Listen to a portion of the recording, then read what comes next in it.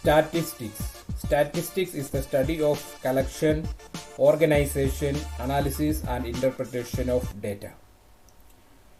A data means a distinct piece of information in the form of fact or figure collected or represented for any specific purpose is called a data.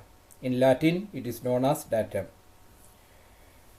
So data, it is a numerical fact or figures collected for any specific purpose. Data are generally two types. One is primary data and secondary data.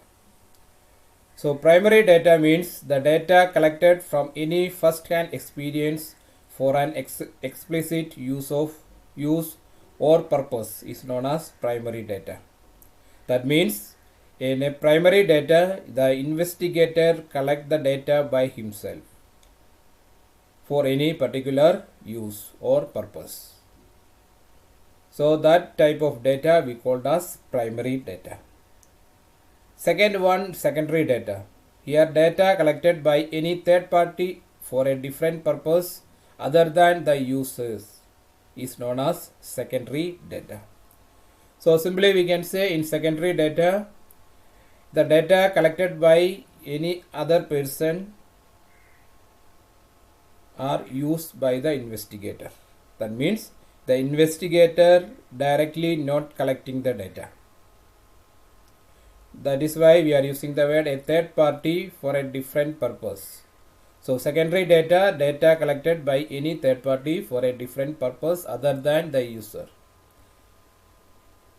So I hope these two type of data are clear. That is first one primary data and second one secondary data. Now we will discuss how to present a data, presentation of data. After collecting the data, it is important to present it in a meaningful manner. There are many ways to represent the data. The first one, ungrouped data or raw data. In ungrouped data, here we can write first one, raw data. If there is no change in data and it is in same format as it is collected, that means the data in its original form, it is said to be a raw data.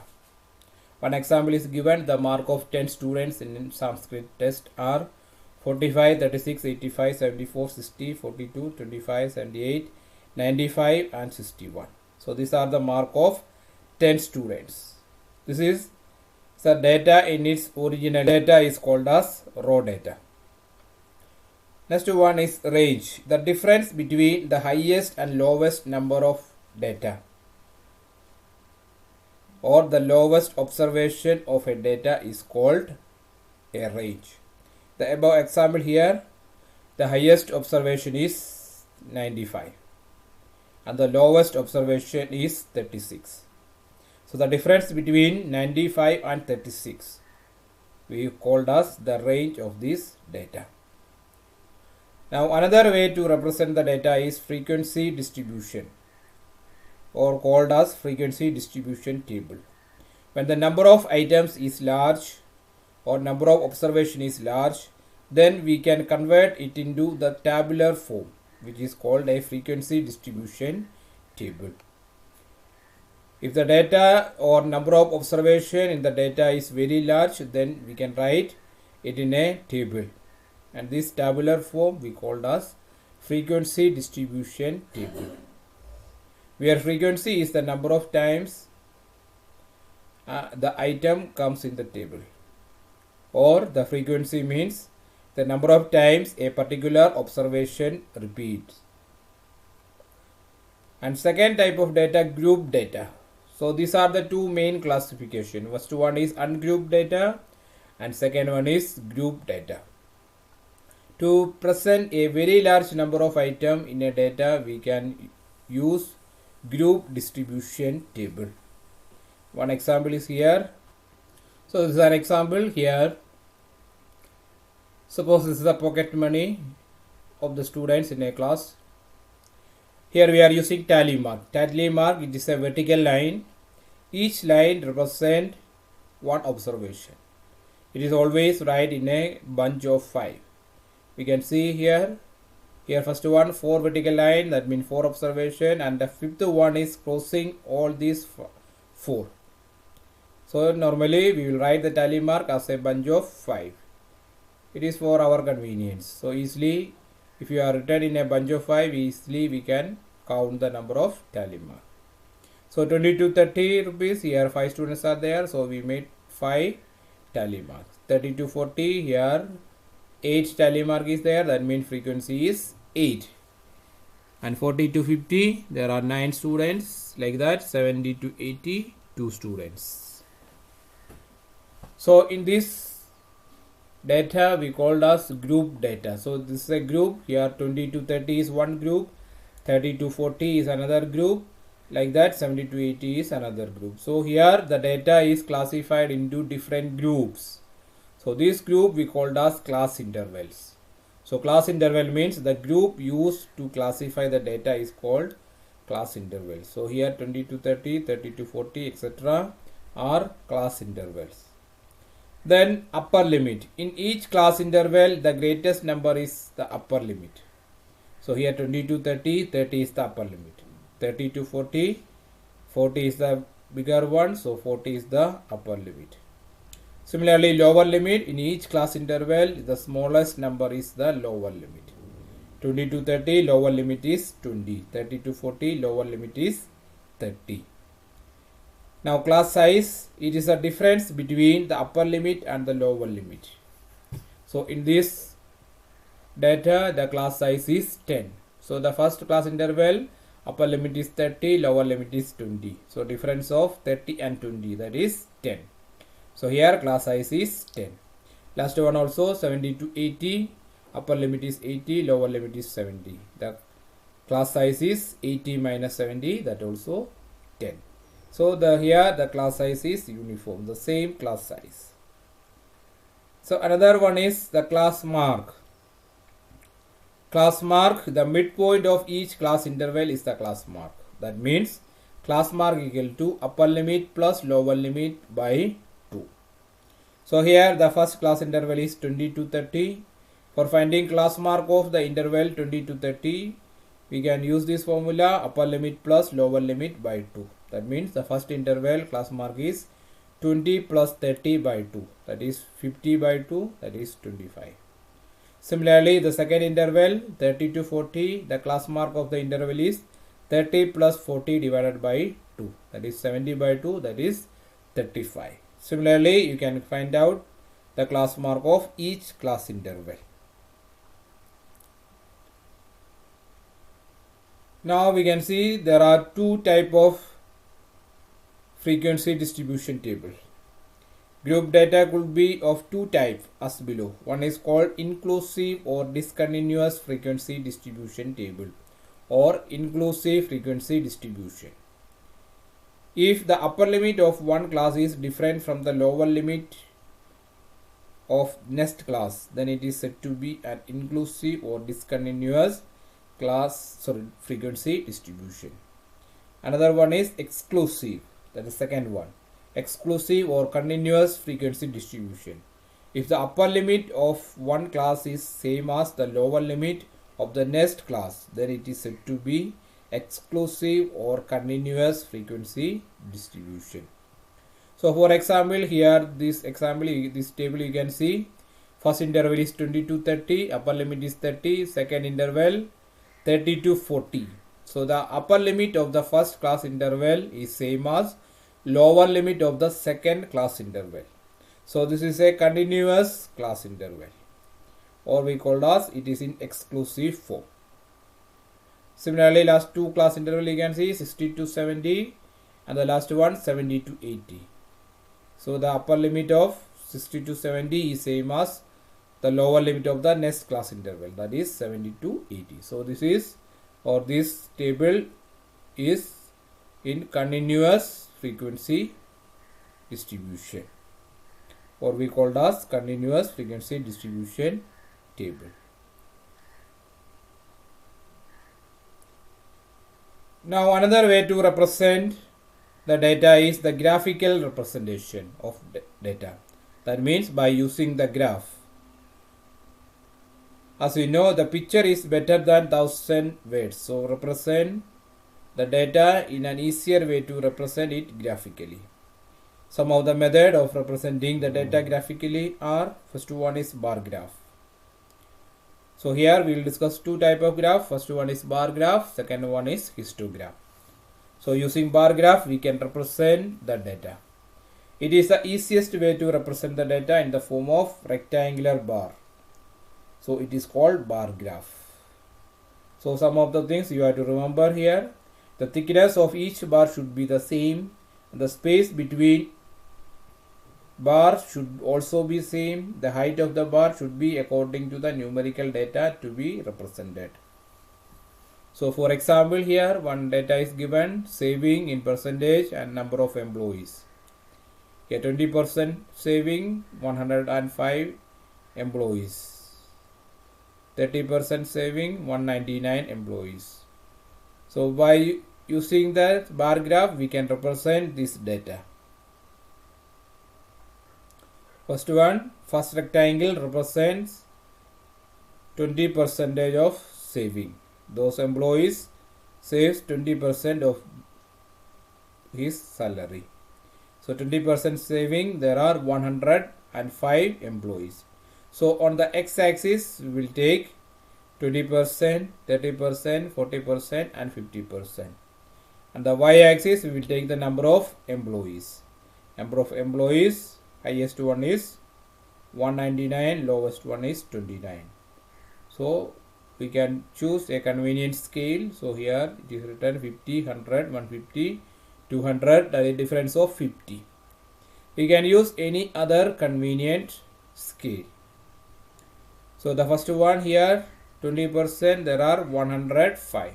So corresponding to 105 as a height, you have to make a rectangle. Second one, 30%. 30% saving, 199 employees are there. So corresponding to 199, height is 199. We have to make a rectangle. Similarly for 40% and 50%. While making the rectangle, you should see here the width of the rectangle is same. Here 4 rectangles are here. So width of all 4 rectangles is same. And also the distance between the rectangle. And also the distance of the first rectangle from the y-axis. This distance should be same. So these three things we have to keep in mind while making a bar graph. So first one, thickness of each bar should be same. Second one, the space between the bar should also be same. The height of the bar should be according to the numerical data to be represented. This is the first type of graphical representation. Now the second one is histogram. Histogram, it is like a bar graph only, but it is used in case of a continuous class interval. In this case, here you can see it is a continuous class intervals. The class intervals are to be taken along the x-axis. The height represents the frequency of the respective class interval. Here another example is here. Draw the histogram of the following distribution. Daily earning is given and number of stores. So here we can take the daily earning on the x-axis and the number of stores on the y-axis. Then corresponding to each class interval. First class interval is 700 to 750. So here we are marking 700, 750, 800, 850, 900, etc. This is same as the daily earning. So here you can see the class size is also same. Class size is 50. So here we are using a break here because we are starting with 700. Here the origin is 0, 0 to 700. For denoting this difference, we are using a zigzag sign here. That is called king mark. And on the y-axis, we are taking number of stores. The highest number of stores is 11. So you can take here 2, 4, 6, 8, 10, 11, etc. Or you can choose any other convenient scale for the y-axis. Now each of the class interval we have to represent on the graph. that is 700 to 750. 6 stores are there. So first we draw the rectangle of height 6.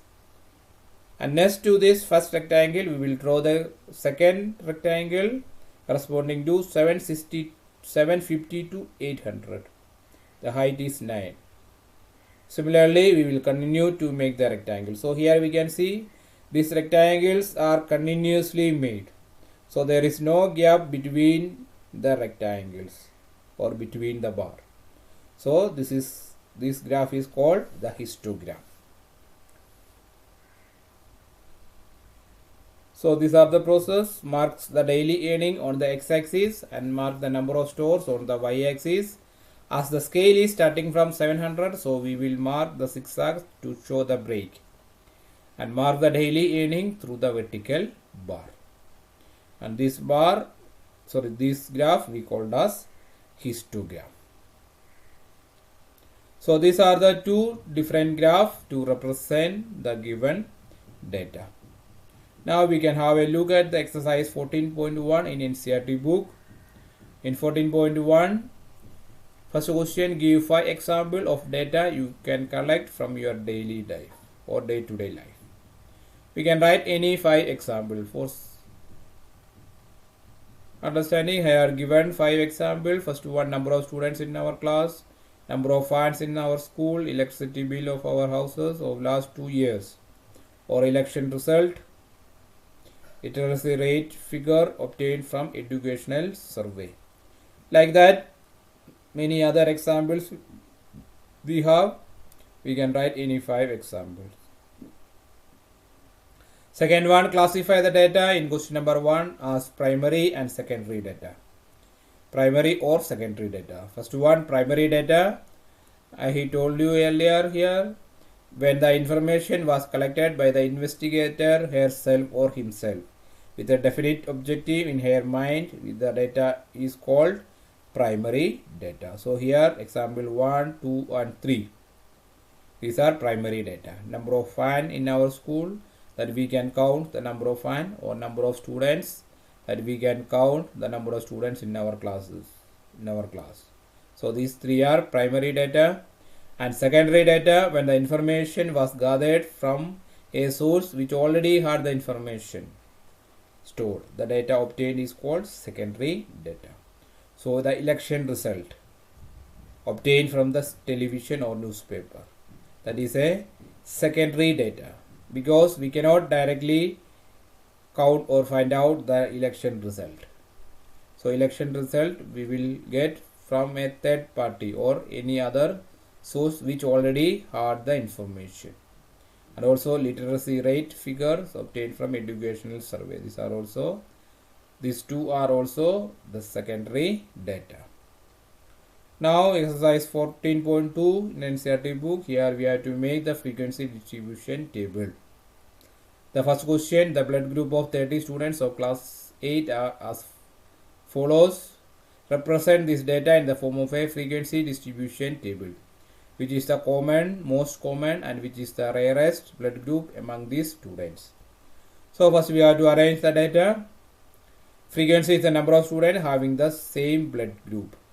The frequency is represented in the tabular form in the table. So here blood group and number of students. You can also use the tally mark.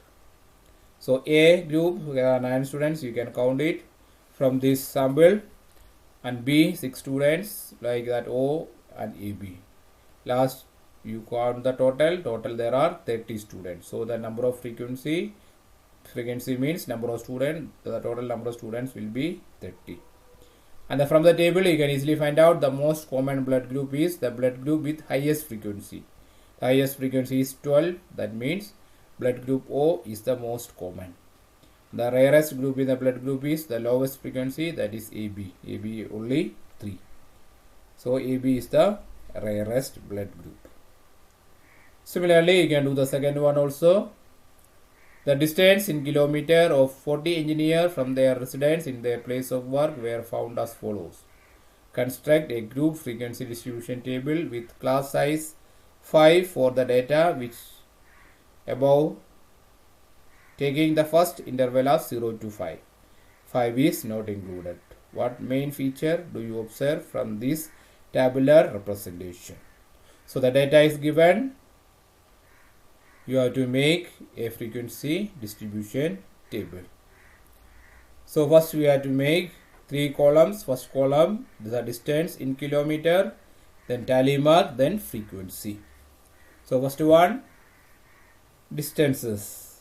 Here one class interval is given and the class size is 0 to 5. So the class interval is 0 to 5, then 5 to 10, then 10 to 15, 15 to 20, 20 to 25, then 25 to 30. That is, the class size is 5.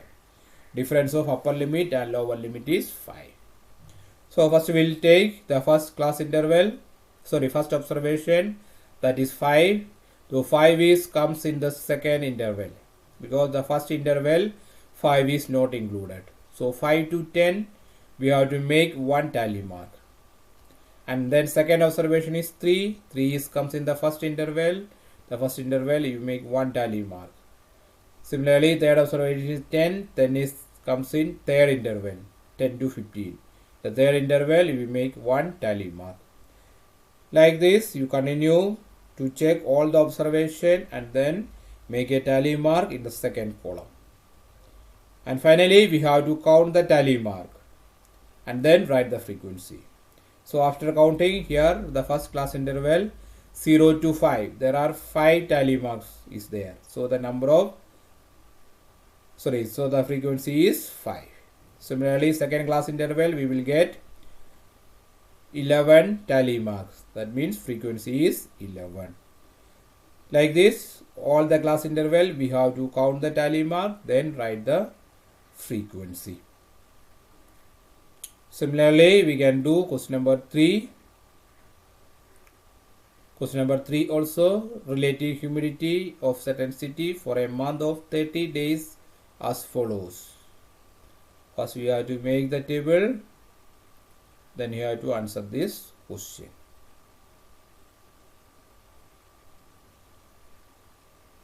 Here construct a group frequency distribution table with classes 84 to 86. So here 84 to 86, then 86 to 88, and last one 98 to 100.